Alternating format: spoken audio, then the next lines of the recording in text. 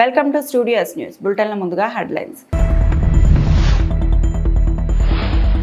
దసరా రోజు వాహన మిత్ర పథకం అమలు ఏపీ సీఎం చంద్రబాబు.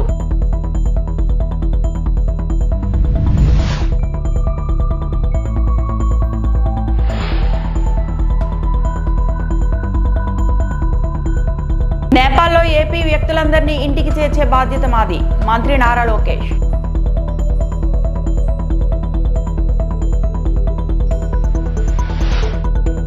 శ్యామలరావుకు టీటీడీ ఉద్యోగులు ఘన వీడ్కోలు.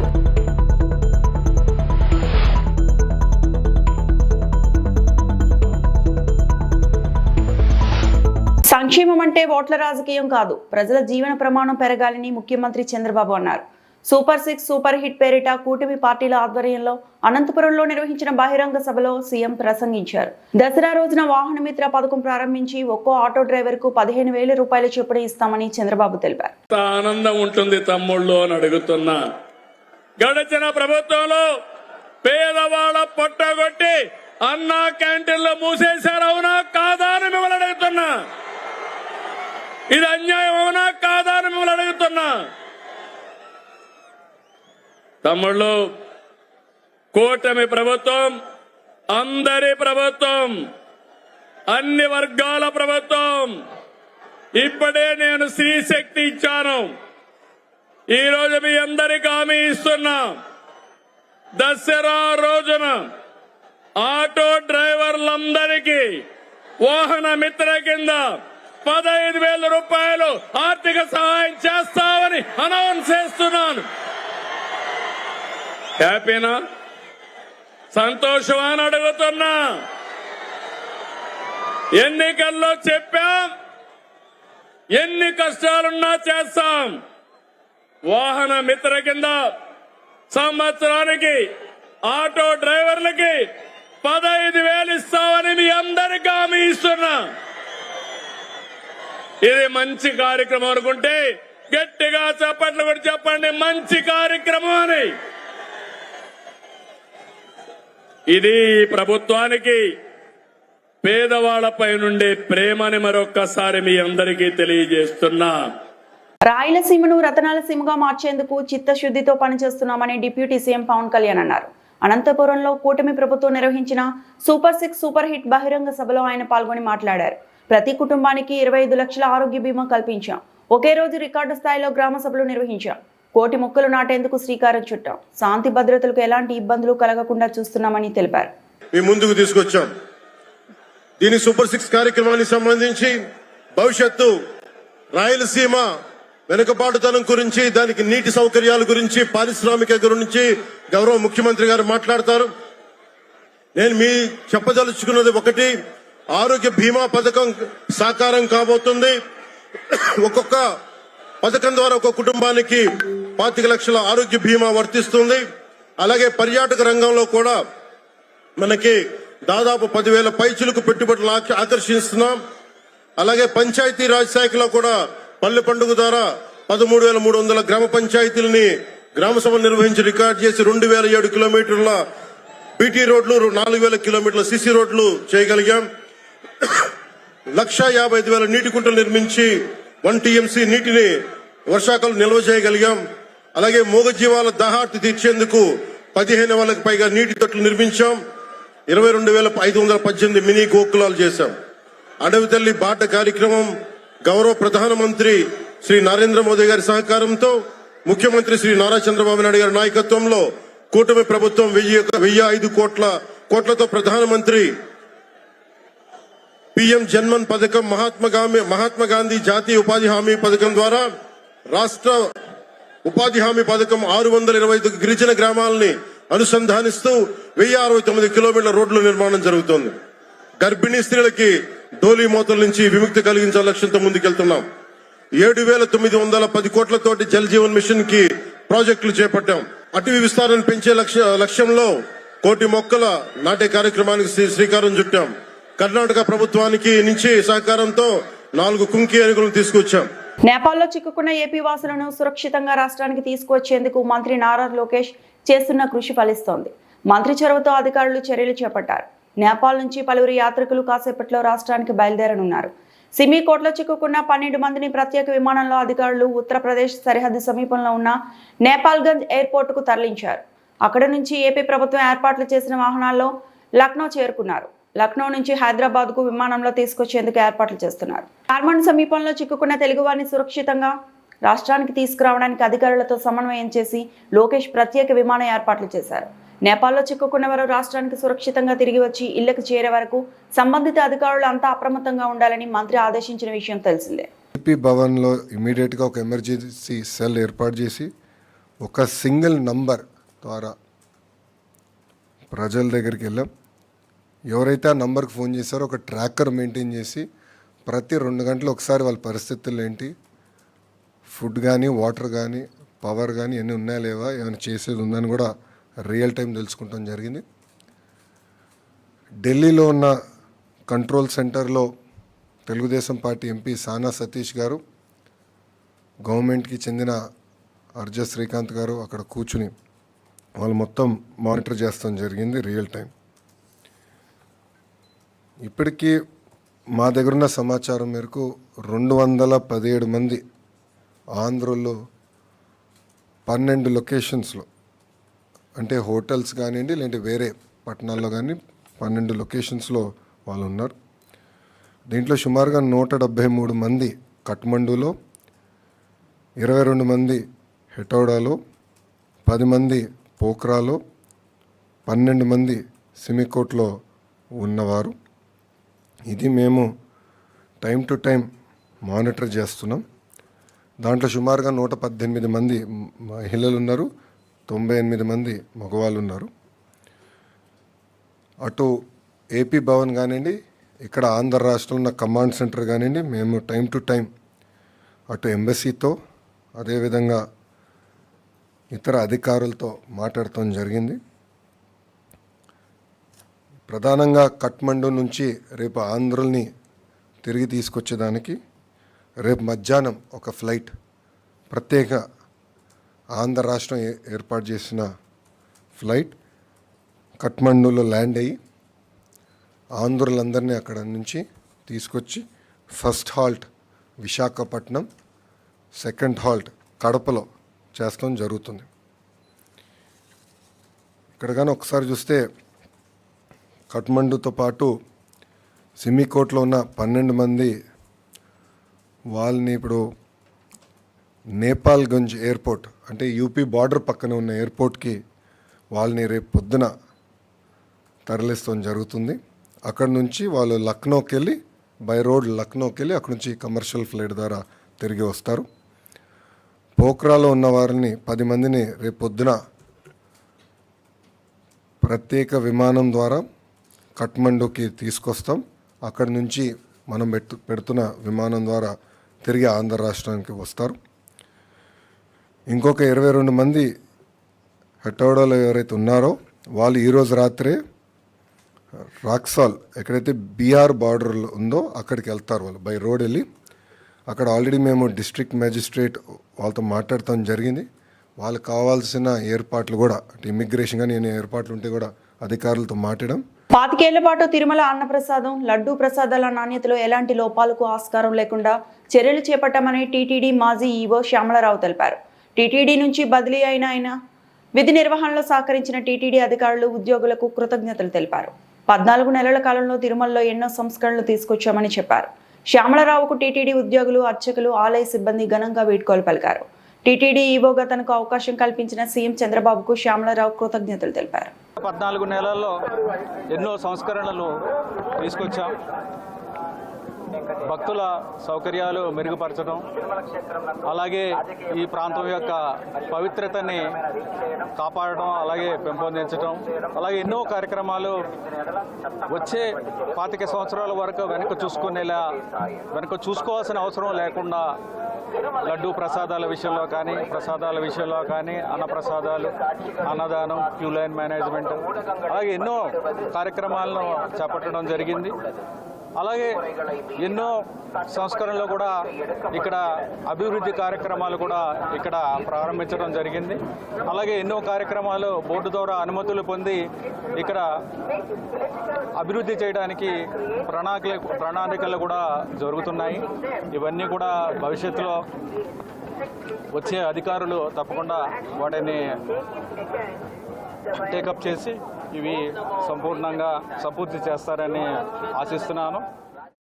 ఏలూరు జిల్లా పోలవరం మండలం కేంద్రంలో జాతీయ అటవీ అమరవీరుల దినోత్సవం ఘనంగా నిర్వహించారు. అటవీ శాఖ రేంజర్ ఎస్కే భాష ఆధ్వర్యంలో అటవీ అమరవీరులకు నివాళులు అర్పించారు. ఈ సందర్భంగా కార్యాలయం నుండి ఏటిగొట్టు సెంటర్ వరకు ర్యాలీ నిర్వహించారు. అటవీ అధికారి ఎస్కే భాష మాట్లాడుతూ అటవీ శాఖలో విధి నిర్వహణలో వన్యప్రాణుల దాడులు, స్మగ్లర్ల దాడుల వల్ల ప్రాణాలు కోల్పోయిన అటవీ అమరవీరుల త్యాగాలను గుర్తు చేసుకునే రోజు ఇదే. ప్రతి సంవత్సరం సెప్టెంబర్ 11న అటవీ అమరవీరుల సంస్కరణ దినోత్సవాన్ని నిర్వహించామని అన్నారు. ఈ కార్యక్రమంలో అటవీ శాఖ అధికారులు, deputy ranger A Suribabu, deputy range officer Meenakshi, beat ఆఫీసర్లు, సిబ్బంది పాల్గొన్నారు.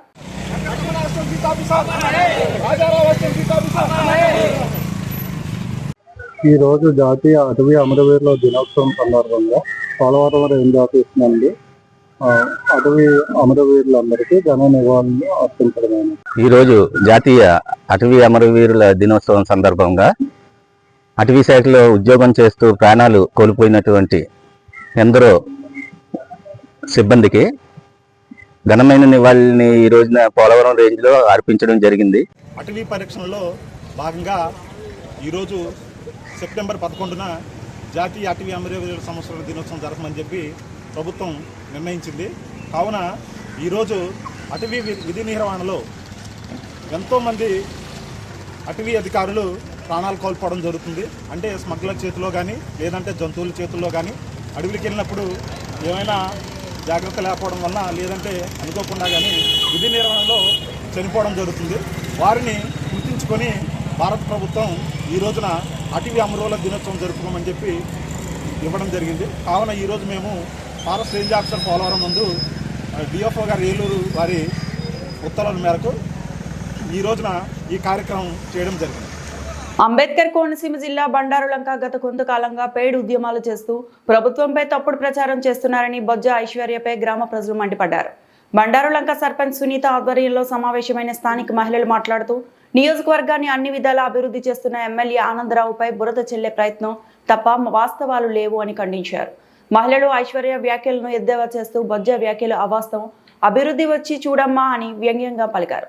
సర్పంచ్ సునీత హెచ్చరిస్తూ బొజ్జ ఐశ్వర్య తప్పుడు వ్యాఖ్యలు మానుకోవాలి, మరోసారి ఇలా చేస్తే గ్రామస్తులు బుద్ధి చెప్తారు అన్నారు. ఈ కార్యక్రమంలో అనేక స్థానిక మహిళలు పాల్గొని ఐశ్వర్య తీరును తీవ్రంగా విమర్శించారు.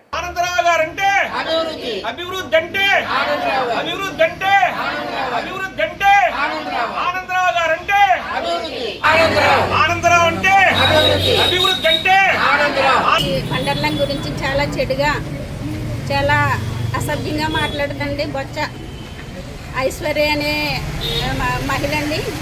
మరి మా గ్రామానికి వచ్చి ఆవిడ ఏం చూసిందని మాట్లాడుతున్నారో, ఎలా మాట్లాడుతున్నారో మరి అర్థం కాదండి. మరి ఆవిడ వ్యాఖ్యలు ఎంత మాత్రం కూడా అవి సరికాదని మేము చెప్తున్నామండి. ఆనందరావు గారిని టార్గెట్ చేసి మరి ఎమ్మెల్యే గారి మీద అలా తప్పుడు ప్రచారాలు చేయటం, ఎదురు అభివృద్ధి చేసే వ్యక్తి మీద బురద జిమ్మి అక్కడ అంత మాత్రమే కాకుండా బురద జిమ్ముతూ బ్లాక్మెయిల్ చేసినట్టు ప్రవర్తిస్తుందండి. ఒక లేడీలా ప్రవర్తించట్లేదండి ఆవిడ. అది ఎంత మాత్రము కూడా మంచిది కాదని మా గ్రామ ఆనందరావు గారికి అండగా ఉండే సోదరులందరూ కూడా పెద్దలు వచ్చి ముక్త కంఠంతో ఆవిడ చేసిన వ్యాఖ్యలు తప్పని నిర్ధారణ చేయడానికి వచ్చారండి. మరి ఆనందరావు గారు అభివృద్ధి అంటే 2 బ్రిడ్జిలు వేయించారండి, అలాగే కాలేజీలు తీసుకొచ్చారు. ఆయన అభివృద్ధి అంటే చెప్పుకుంటానికి రోజులు సరిపోయినాయి. అభివృద్ధి అయితే చేశారండి. అందుకే మా గ్రామంలోనే ఒక సంవత్సరంలో 2 కోట్లు వర్కులు కూడా చేయించడం జరిగిందండి. డ్రైనేజీలు అవ్వచ్చు, సీసీ రోడ్లు అవ్వచ్చు, ఇంకోటి ఏదైనప్పటికీ కూడా 2 కోట్లు ఈ అమౌంట్తో మేము అభివృద్ధి చేసుకున్న ఘనత మా బండార్లంకదండి. మా బండార్లం గురించి బ్యాడ్గా ప్రచారం చేయడానికి తనకు ఏం తెలుసండి? ఈ ఊరు కాదు, ఈ గ్రామం కాదు, మాకు ఎటువంటి సంబంధం లేని వ్యక్తి మా గ్రామం గురించి మాట్లాడటానికి ఎటువంటి అర్హత లేదు.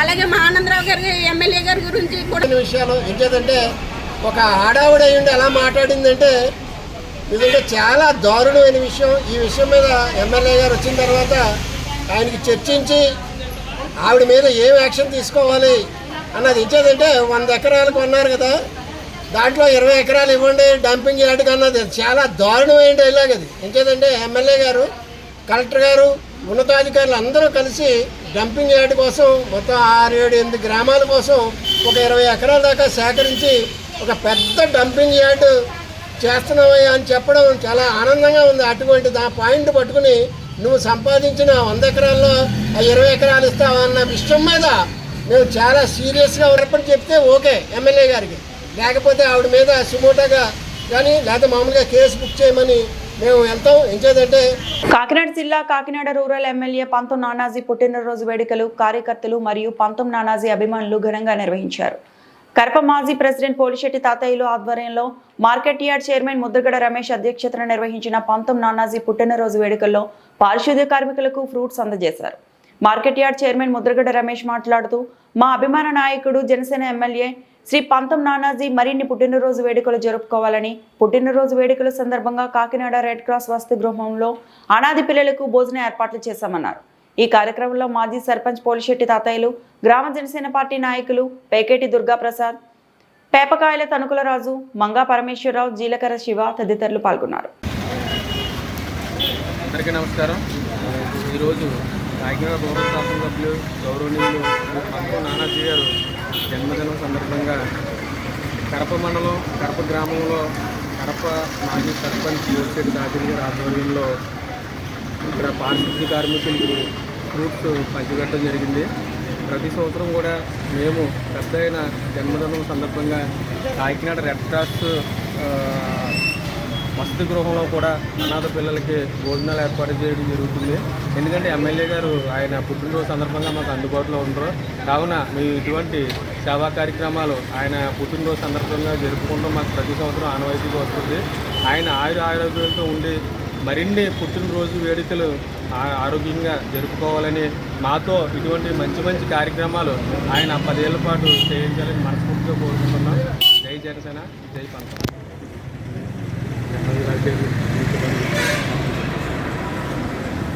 ఎమ్మెల్సీ రాజశేఖర్ కూడా పుట్టినరోజు శుభాకాంక్షలు.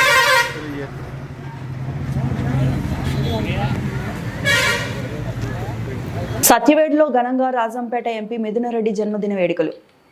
ఈరోజు సత్యవేడులో స్థానిక వైఎస్ఆర్ విగ్రహం వద్ద వైఎస్ఆర్సీపీ నాయకులు రాజంపేట ఎంపీ మిథునరెడ్డి జన్మదిన వేడుకలు ఘనంగా జరిగాయి. ఈ కార్యక్రమం వైసీపీ సత్యవేడు మండల కన్వీనర్ సుశీల కుమార్ రెడ్డి, వైసీపీ రాష్ట్ర joint secretary KV Niranjan Reddy ఆధ్వర్యంలో జరిగాయి. ఈ కార్యక్రమంలో సర్పంచులు Ramesh, Sriramulu Reddy, Sekhar, Jaya, Yesu, Balakrishna, MPTC Mohan Reddy, MPTC Robert, Suresh, Sudhakar, Somu, MP Ravi, MPTC co-option member Mastan, Pallavi ఇంకా ఇతర వైసీపీ నాయకులు కార్యకర్తలు పాల్గొన్నారు.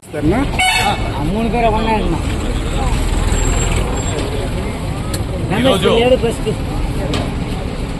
మన ప్రీతమ నాయకులు వైఎస్ఆర్సీపీ పార్టీ పార్లమెంటరీ పార్టీ నాయకులు, అదేవిధంగా మన జగనన్నకి ప్రియమైన సోదరుడు, మనందరికీ సుపరిచితుడైన పెద్దిరెడ్డి రామచంద్రారెడ్డి అన్న గారి తనయులు శ్రీ పెద్దిరెడ్డి మిథున్ రెడ్డి గారి పుట్టినరోజు. ఈ పుట్టినరోజుని వైఎస్ఆర్సీపీ శ్రేణులు పూర్తిగా ఒక పండగ వాతావరణంలో మనము సత్యవేడు మండలంలో జరుపుకుంటున్నాం. ఎందుకంటే మిథున్ రెడ్డి గారు నిరంతరము ఉమ్మడి చిత్తూరు జిల్లాలో కానీ మరియు అన్నమయ్య జిల్లాలో కానీ వైఎస్ఆర్సీపీ పార్టీ కోసం దాదాపు 75 సెగ్మెంట్లకి ఇన్ఛార్జిగా జగనన్న నియమించడం జరిగింది. జగనన్న ఆదేశాలని తూచా తప్పకుండా పాటిస్తూ వైఎస్ఆర్సీపీ పార్టీని ముందుకు తీసుకువెళ్లటంలో మిథునరెడ్డి గారి పాత్ర క్రియాశీలకమైంది.